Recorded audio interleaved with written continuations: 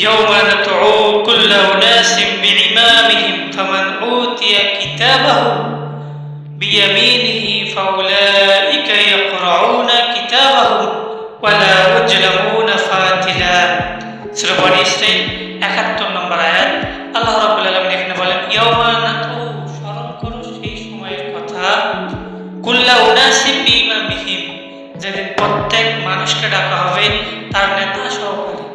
আগে নেতাকে ডাকা হবে, এরপরে কিন্তু কর্মী। আগে নেতাকে ডাকা হবে। এই জন্য আপনি দুনিয়াতে যাকে নেতা হিসেবে গ্রহণ করবেন, কিয়ামতের দিন আপনাকে ওই দলের সাথে ডাকা হবে, নেতার সাথে ডাকা হবে। এজন্য যারা দুনিয়াতে রাজনীতি করে তাদের আদর্শ থাকতে হবে রাসূল সাল্লাল্লাহু আলাইহি ওয়াসাল্লাম। লাকাদ কানা লাকুম ফি রাসূলিল্লাহি উসওয়াতুন হাসানাহ। হে ইমানদারেরা, তোমাদের জন্য মহত্তম উত্তম আদর্শই হলো রাসূল সাল্লাল্লাহু আলাইহি ওয়াসাল্লাম।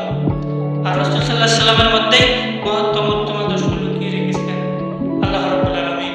তাহলে এখান থেকে আমরা এতটুকু বুঝতে পারি, রাসূলের আদর্শই হলো একমাত্র আদর্শ। যারা রাসূলের আদর্শ মেনে রাজনীতি করেন তারাই কিয়ামতের দিন সফল। তাদের তার হাতে আমলনামা দিয়ে কিয়ামতের দিন জান্নাতে দেওয়া হবে।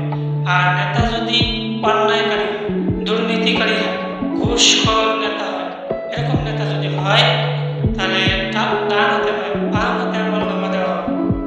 বাম হাতে আমলনামা দিয়ে জাহান্নামে পাঠিয়ে দেওয়া হবে।